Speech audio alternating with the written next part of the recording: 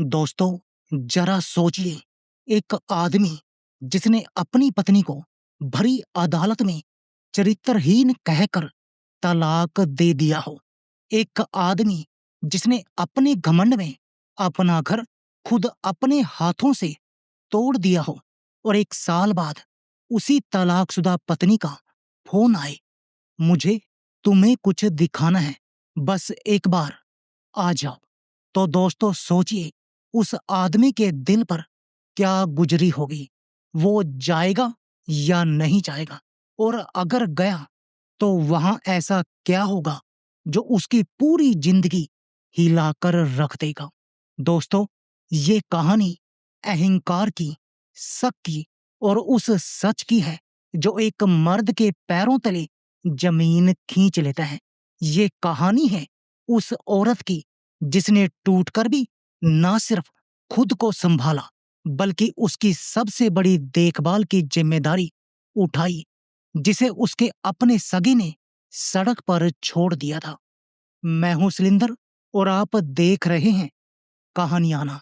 दोस्तों, अगर आप पहली बार आए हैं तो चैनल को सब्सक्राइब जरूर कर लीजिए, क्योंकि ये कहानी आपकी आंखों में आंसू ला देगी और दिल को झकझोर देगी। तो चलिए, बिना देर किए शुरू करते हैं एक ऐसी कहानी जो शायद आपकी अपनी जिंदगी का आईना बन जाए। दोस्तों, बेंगलुरु शहर की एक ठंडी शाम थी। आसमान पर बादल इकट्ठा हो रहे थे, जैसे कुदरत को भी पहले से खबर हो कि आज कुछ बड़ा होने वाला है। एक आलीशान अपार्टमेंट की 14वीं मंजिल पर अर्जुन अपने ऑफिस से लौटकर अंदर आया। 30-32 साल का नौजवान, मल्टीनेशनल कंपनी का सीनियर मैनेजर। चेहरे पर कामयाबी की चमक, लेकिन आंखों में एक खालीपन जो वो खुद से भी छुपाता आया था। उसने अपना ब्रीफकेस सोफे पर फेंका, टाई ढीली की और रसोई की तरफ बढ़ा ही था कि उसका फोन घनघना उठा। स्क्रीन पर एक नाम चमक रहा था, मीरा। दोस्तों, उस एक नाम को पढ़ते ही अर्जुन के हाथ कांप गए। मीरा, वो नाम जिसे उसने अपनी जिंदगी से मिटाने में पूरा 1 साल लगाया था। वो नाम जिसके साथ उसकी 7 साल की शादी जुड़ी थी और जिस नाम पर उसने खुद ही पत्थर बरसाए थे। उसका दिल जोर से धड़कने लगा। एक तरफ गुस्सा, दूसरी तरफ एक अजीब सी बेचैनी। उसने रिजेक्ट का बटन दबा दिया, लेकिन फोन फिर बजा, फिर बजा और फिर तीसरी बार अर्जुन का सब्र टूट गया। उसने फोन उठाया और लगभग चीखते हुए कहा, "क्या चाहिए तुम्हें? क्यों फोन कर रही हो मुझे? हमारे बीच अब कुछ नहीं बचा, समझी?" दूसरी तरफ कुछ पल खामोशी रही, फिर एक शांत, ठहरी हुई आवाज आई, "अर्जुन, बस एक बार दिल्ली आ जाओ, मुझे तुम्हें कुछ दिखाना है।" अर्जुन हंस पड़ा, एक खोखली, कड़वी हंसी। "दिखाना है? क्या दिखाना है मीरा? तुम्हारी नई जिंदगी, तुम्हारा नया घर, या वो शख्स जिसके लिए तुमने मुझे छोड़ा था?" मीरा की आवाज में ना दर्द था, ना गुस्सा, बस एक अजीब सी थकान। "अर्जुन, मैं तुमसे कुछ मांगने नहीं बुला रही, बस एक बार आओ। जो दिखाना है वो फोन पर नहीं दिखा सकती। और अगर मैं ना आऊं," अर्जुन ने अकड़ कर पूछा, "तो शायद तुम्हें जिंदगी भर पछताना पड़े।" इतना कहकर मीरा ने फोन काट दिया। दोस्तों, अर्जुन कुछ देर तक उस फोन को ताकता रहा। उसका दिमाग ना, नहीं कह रहा था, लेकिन उसका दिल कुछ और ही कह रहा था। पता नहीं क्यों सीने में एक टीस उठी थी, जैसे कोई पुराना जख्म फिर से ताजा हो गया हो। उस रात अर्जुन सो नहीं पाया। बार बार करवटें बदलता रहा, कभी छत को घूरता, कभी मीरा की वो आखिरी तस्वीर देखता जो उसने अब तक अपने वॉलेट में संभाल कर रखी थी। हाँ दोस्तों, वो तस्वीर जिसे फेंकने की उसने हजार बार कोशिश की थी, पर हर बार हाथ रुक जाते थे। सुबह होते ही उसने फैसला कर लिया। उसने अपने सेक्रेटरी को फोन किया, 1 हफ्ते की छुट्टी चाहिए, अर्जेंट है। और कुछ ही घंटों में वो दिल्ली की फ्लाइट में था। दोस्तों, हवाई जहाज की खिड़की से बाहर बादल तैर रहे थे। अर्जुन ने आंखें बंद कर ली, लेकिन नींद नहीं आई। उसकी आंखों के पर्दे पर बीते हुए दिनों की फिल्म चलने लगी। याद आया वो दिन जब उसने मीरा को पहली बार देखा था, दिल्ली यूनिवर्सिटी के लाइब्रेरी हॉल में, दुपट्टे को कंधे पर डाले, हाथ में किताबों का ढेर और चेहरे पर वो मासूम मुस्कान जिसने अर्जुन का दिल चुरा लिया था। फिर शादी, फिर वो शुरू के साल जब मीरा हर सुबह उठकर उसकी पसंद का नाश्ता बनाती थी। जब वो ऑफिस से थक कर लौटता तो मीरा उसके पैरों के पास बैठ जाती, उसके बालों में उंगलियां फेरती और कहती, अर्जुन, तुम मेरी दुनिया हो और कुछ नहीं चाहिए मुझे। दोस्तों, कितनी सच्ची मोहब्बत थी उन दोनों के बीच, कितनी पवित्र। फिर आखिर वो मोड़ कौन सा था जिसने सब कुछ तबाह कर दिया? अर्जुन को याद आया, वो मोड़ था मीरा के पिता की मौत। मीरा अकेली बेटी थी और माँ पहले से ही बीमार। पिताजी के जाने के बाद माँ पूरी तरह टूट गई। मीरा ने अर्जुन से कहा, माँ को कुछ महीने अपने पास रख लेते हैं, उनकी हालत ठीक नहीं है। लेकिन अर्जुन का अहंकार बीच में आ गया। तुम्हारी माँ को मेरे घर में नहीं रखेंगे, उनका इलाज वहीं उनके घर में होगा, मैं पैसे भेज दूंगा। मीरा रो पड़ी थी, अर्जुन, पैसा हर जख्म नहीं भर सकता। माँ को बेटी की जरूरत है, नौकर की नहीं। बस यहीं से शुरू हुई थी दूरी। मीरा अपनी माँ की देखभाल के लिए दिल्ली चली गई। शुरू में हफ्ते, 2 हफ्ते, फिर महीना, फिर 2 महीने। और दोस्तों, यहीं से अर्जुन के दिल में शक का वो जहरीला बीज पनप उठा था, जिसने उसका सब कुछ खा लिया। मीरा के पड़ोस में एक नौजवान रहता था, नाम था कबीर, मीरा का बचपन का दोस्त, राखी का भाई। माँ की बीमारी के दौरान कबीर ही मीरा का सबसे बड़ा सहारा बना।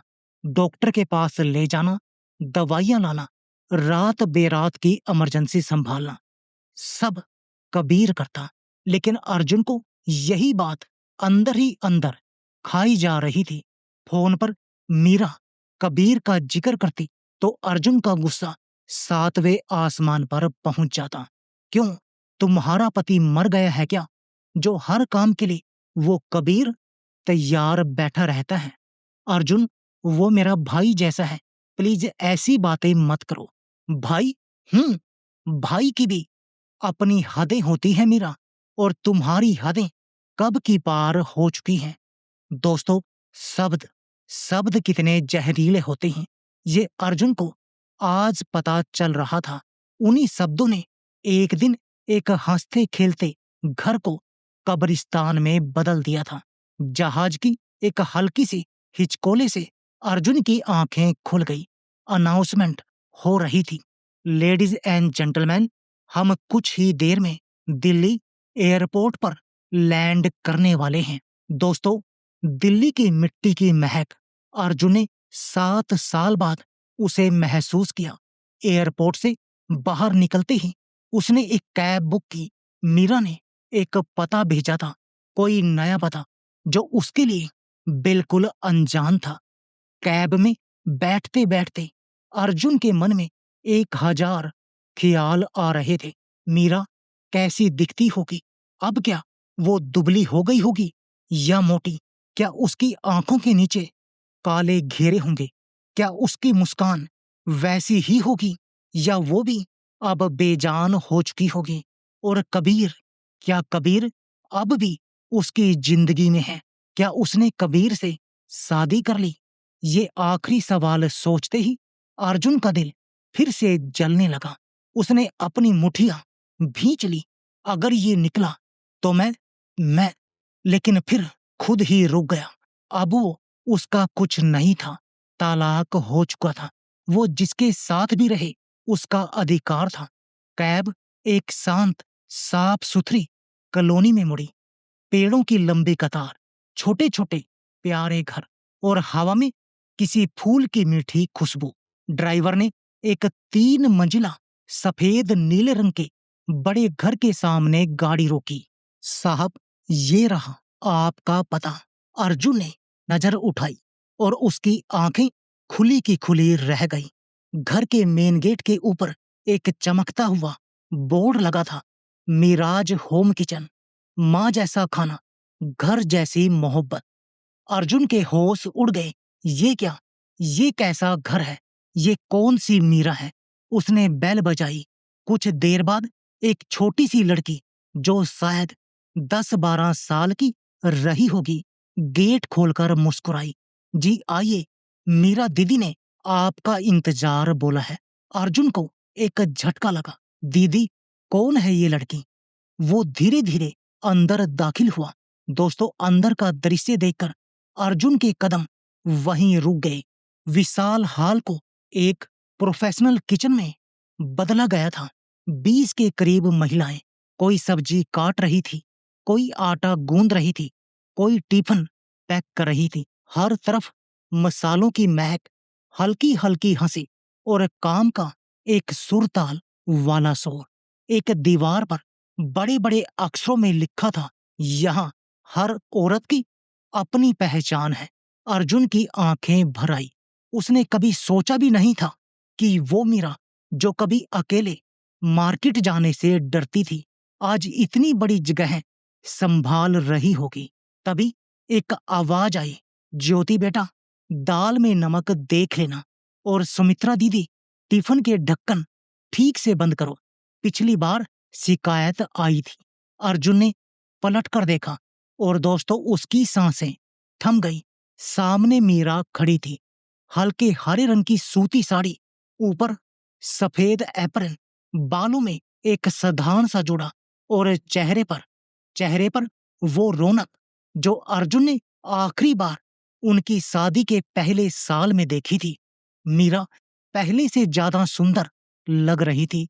थकान नहीं थी उसके चेहरे पर, बल्कि एक चमक थी, आत्मविश्वास की, अपनी पहचान की। आ गए अर्जुन। मीरा ने उसे देखा। आवाज में ना नफरत थी, ना मोहब्बत, बस एक सहज शांति। अर्जुन कुछ बोल नहीं पाया। उसकी जुबान जैसे तालू से चिपक गई थी। आओ बैठो। मीरा ने ड्राइंग रूम की तरफ इशारा किया। तुम्हें थकान होगी, चाय पियोगे? अर्जुन ने सिर हिलाया। वो सोफे पर बैठा और मीरा ने एक नौकरानी को चाय का इशारा किया।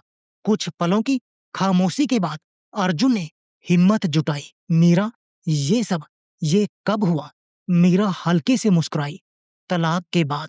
शुरू में मैं टूट गई थी अर्जुन, पूरी तरह टूट गई थी। 15 दिन तक बिस्तर से नहीं उठी, खाना नहीं खाया, बस रोती रही। अर्जुन का सिर झुक गया।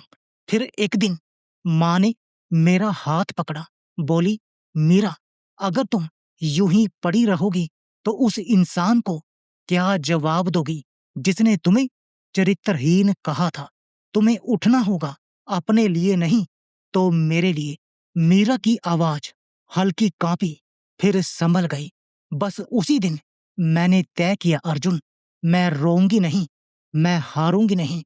मेरे पास खाना बनाने का हुनर था, माँ की पुरानी रेसिपी थी। मैंने 10 टिफिन से शुरू किया था, आज 300 टिफिन रोज बनते हैं। 20 औरतें मेरे साथ काम करती हैं, सब वो जिनकी जिंदगी कभी मेरी जैसी टूटी हुई थी। अर्जुन की आंखें भर आई। मीरा, मैं रुको अर्जुन। मीरा ने उसे बीच में रोका। मैंने तुम्हें ये दिखाने नहीं बुलाया, ये तो बस संयोग है कि तुमने देख लिया। फिर मीरा कुछ पल चुप रही, फिर धीरे से बोली, जो मैं तुम्हें दिखाने वाली हूं वो ऊपर है, पहली मंजिल पर। क्या है ऊपर? अर्जुन का दिल अचानक तेज धड़कने लगा। मीरा खड़ी हो गई। खुद आकर देख लो। दोस्तों, अर्जुन के पैर भारी हो रहे थे। हर सीढ़ी जैसे एक पहाड़ चढ़ने जैसी थी। उसका दिल बेहताशा धड़क रहा था। क्या ऊपर कबीर है? क्या मीरा को कोई बच्चा है? क्या? ख्यालों के तूफान के बीच वो पहली मंजिल पर पहुंचा। मीरा एक बंद दरवाजे के सामने रुकी। उसने दरवाजे पर हाथ रखा, लेकिन खोला नहीं। अर्जुन उसने अर्जुन की तरफ देखा। जो भी अंदर है, उसे देखने से पहले मुझे एक बात बतानी है।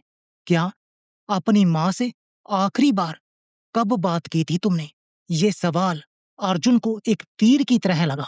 उसकी सांस रुक गई। माँ? कमला देवी, उसकी अपनी माँ। कब बात की थी आखिरी बार? 3 महीने पहले या 4? उसे ठीक से याद भी नहीं था। मैं बिजी रहता हूँ मीरा, काम बहुत है। मीरा की आंखों में पानी आ गया। तुम्हारा जवाब ही मेरा जवाब है। उसने धीरे से दरवाजा खोला। दोस्तों, दरवाजे के अंदर का दृश्य देखकर अर्जुन के पैरों तले जमीन खिसक गई। उसकी आंखें फटी की फटी रह गई। मुंह से कोई आवाज नहीं निकल रही थी। एक साफ सुथरे बिस्तर पर एक बेहद कमजोर, बेहद बूढ़ी सी औरत लेटी थी। हड्डियों का ढांचा, गाल अंदर धसे हुए, सिर के बाल लगभग सफेद, हाथों की नसें इस तरह उभरी हुई थी जैसे चमड़ी कागज की बनी हो। बिस्तर के पास एक छोटी सी मेज पर दवाइयों का ढेर लगा था। एक तरफ ऑक्सीजन सिलेंडर रखा था और दीवार पर एक तस्वीर टंगी थी। अर्जुन और उसके पिता की पुरानी तस्वीर। अर्जुन के हलक से एक कांपती हुई आवाज निकली, मां। बिस्तर पर लेटी कमला देवी ने धीरे से आंखें खोली। बेटे को सामने देखकर उनकी बुझती आंखों में एक पल के लिए ज्योति जली। फिर उन आंखों से 2 आंसू बहकर पीले से तकिए पर गिर पड़े। अर्जुन, बेटा तू आ गया। अर्जुन के पैर लड़खड़ा गए। वो वहीं बिस्तर के पास घुटनों पर गिर पड़ा। उसने अपनी मां के सूखे झूरीदार हाथों को अपने माथे से लगा लिया। मां, मां, ये क्या हाल बना लिया आपने?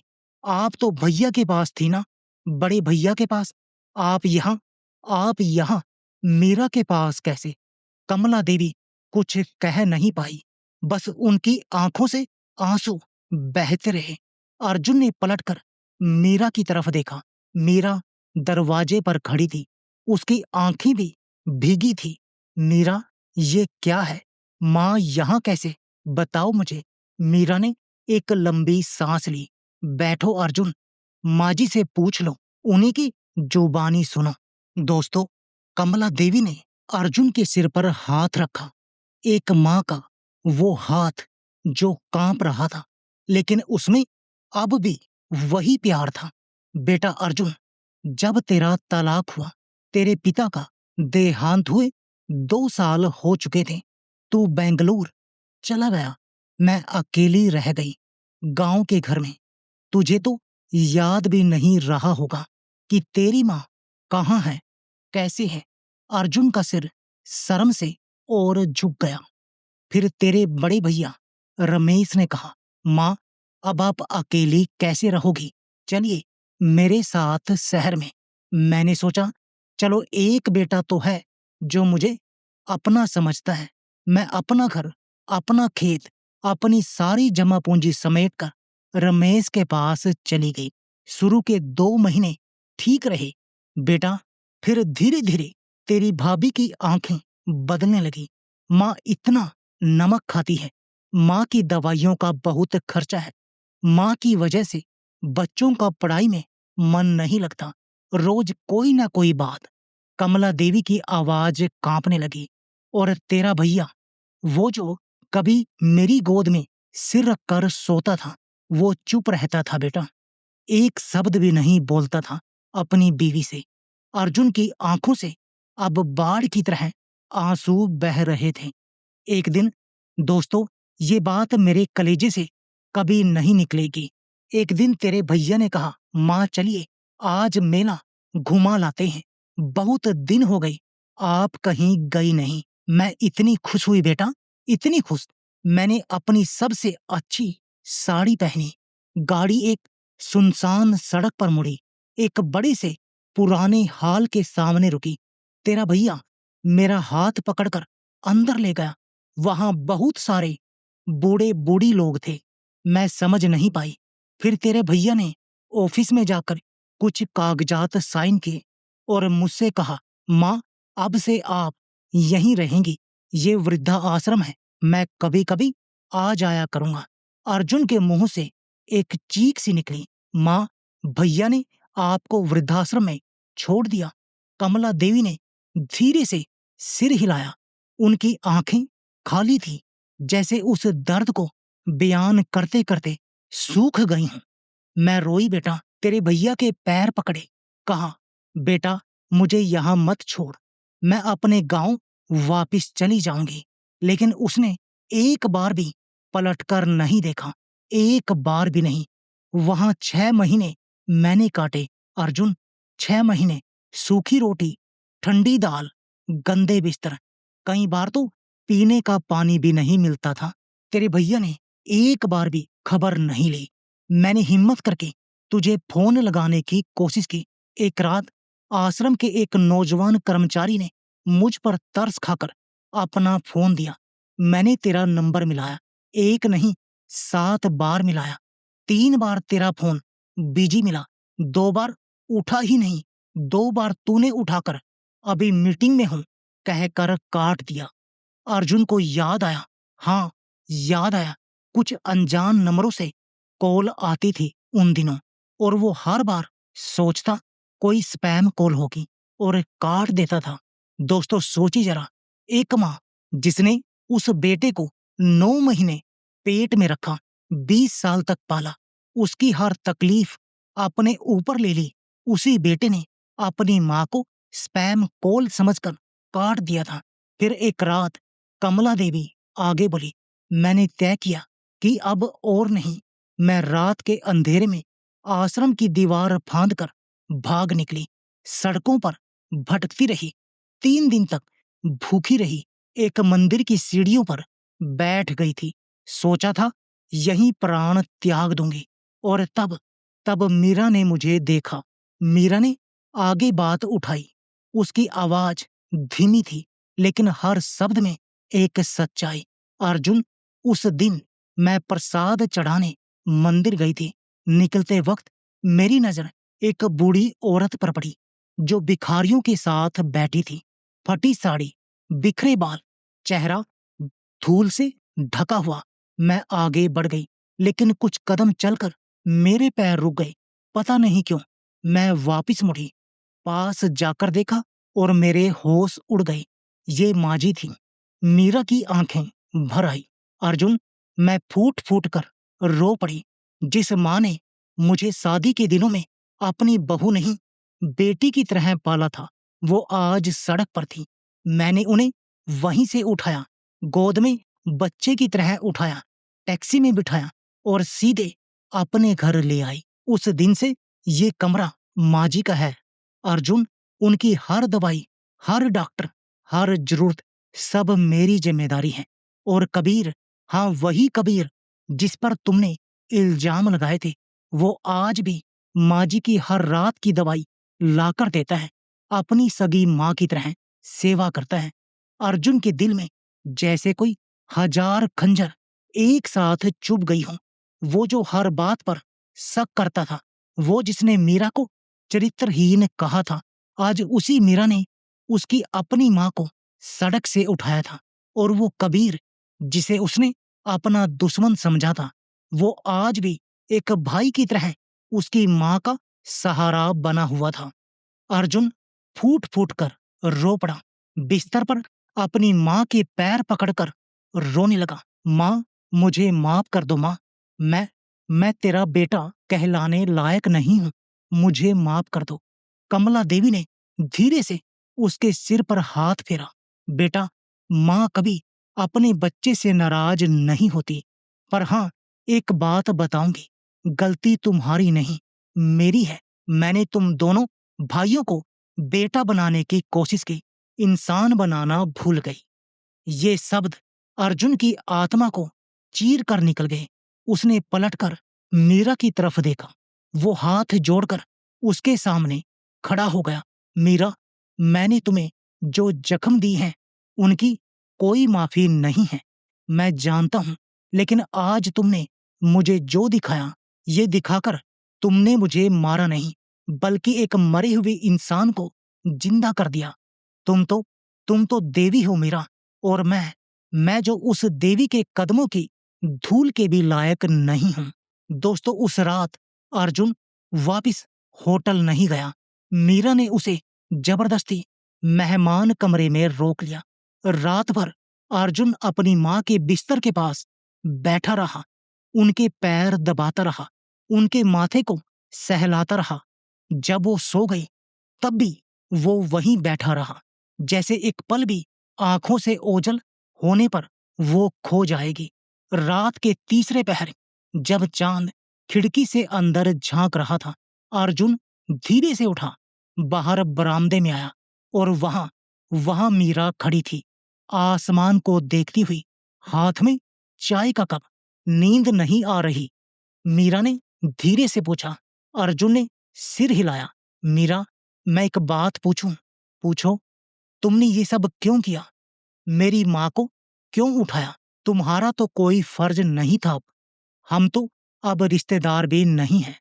मीरा कुछ देर खामोश रही, फिर बोली, अर्जुन, हमारे बीच के कागजी रिश्ते तो टूट गए, लेकिन माजी के साथ का रिश्ता, वो तो दिल का था।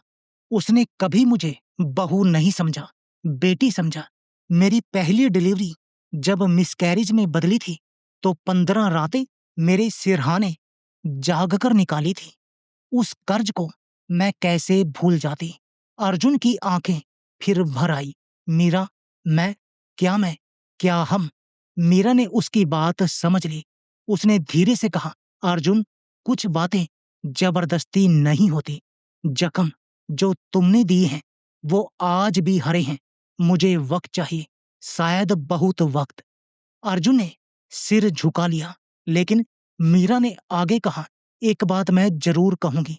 माँ जी अब यहीं रहेगी, उन्हें कहीं नहीं ले जाओगे तुम। और हाँ, अगर तुम्हें सच में अपनी गलती का एहसास है, तो उन्हें वक्त दो। हर हफ्ते आओ, उनके पास बैठो, उनसे बात करो। यही उनकी असली दवा है। अर्जुन ने भीगी आंखों से सिर हिलाया। दोस्तों, उस दिन के बाद अर्जुन की जिंदगी पूरी तरह बदल गई। उसने बेंगलुरु की नौकरी छोड़ दी और दिल्ली में ट्रांसफर ले लिया। अब वो हर शनिवार, रविवार मीरा के घर आता, अपनी माँ के पास घंटों बैठता, उन्हें कहानियां सुनाता, उन्हें खाना खिलाता, उनकी दवाइयों का हिसाब रखता। उसने अपने बड़े भाई रमेश से सारे रिश्ते तोड़ दिए। एक दिन रमेश माफी मांगने आया, लेकिन कमला देवी ने सिर्फ इतना कहा, बेटा, मैंने तुझे माफ कर दिया, पर अब लौट कर मत आना। मेरा अर्जुन ही मेरे लिए काफी है। धीरे धीरे महीने गुजरते गए। अर्जुन और मीरा के बीच की दीवारें भी पिघलने लगी। अब वो दोनों साथ बैठते, चाय पीते, पुरानी बातें करते, हंसते, कभी रोते भी। एक दिन बसंत की एक सुहानी शाम थी। अर्जुन ने मीरा का हाथ अपने हाथ में लिया। मीरा, क्या हम एक बार फिर? मीरा ने उसकी आंखों में देखा, एक लंबे पल तक देखा, फिर धीरे से मुस्कुराई। अर्जुन, मैं वो मीरा नहीं हूं अब जो तुमसे प्यार करके खुद को मिटा देती थी। आज की मीरा अपनी पहचान के साथ जीती है। अगर तुम मुझे उस मीरा को स्वीकार कर सकते हो, एक बराबर की साथी के रूप में, मेरे काम के साथ, मेरी आजादी के साथ, तो हाँ, मैं तैयार हूं। अर्जुन ने उसके हाथ चूम लिए। मीरा, मैं तुम्हें वैसे ही चाहता हूं जैसी तुम हो। तुमने मुझे इंसान बनाया है, अब मुझे तुम्हारा साथी बनने का मौका दो। उसी रात कमला देवी के कमरे में बिस्तर पर लेटी मां ने दोनों के सिर पर हाथ रखा। उनकी आंखों से आंसू बह रहे थे, पर ये आंसू खुशी के थे। मेरी जिंदगी का सबसे बड़ा सुख आज मिला है, भगवान ने मेरी सुन ली। तो दोस्तों, ये थी अर्जुन और मीरा की कहानी। एक ऐसी कहानी जो हमें ये सिखाती है कि घमंड एक ऐसा जहर है जो पहले अपने ही प्यार को मारता है। शक एक ऐसा कीड़ा है जो सबसे मजबूत रिश्ते को भी खोखला कर देता है। और सबसे बड़ी बात, माँ सिर्फ एक शब्द नहीं, एक एहसास है। जिस दिन हम अपनी माँ को बोझ समझने लगे, समझ लीजिए हम इंसान नहीं रहे। दोस्तों, अगर ये कहानी आपके दिल को छू गई हो तो वीडियो को लाइक जरूर कीजिए, शेयर कीजिए। हो सकता है कोई बेटा इसे देखकर अपनी माँ को याद कर ले, अपनी माँ को एक फोन कर ले। और चैनल कहानियाना को सब्सक्राइब करना मत भूलिए, क्योंकि ऐसे ही दिल को छू लेने वाली कहानियां हम आपके लिए लाते रहते हैं। कमेंट में जरूर बताइए, क्या मीरा ने अर्जुन को माफ करके सही किया? और हाँ, ये भी बताइए कि आप हमारी कहानियां भारत के किस शहर से सुन रहे हैं। आपके अनुभव, आपकी राय हमें जरूर लिखिए। मैं हूं शैलेंद्र, आपका अपना दोस्त। अगली कहानी तक के लिए अलविदा। अपना ख्याल रखिए और अपने माता पिता का भी। जय हिंद, नमस्कार।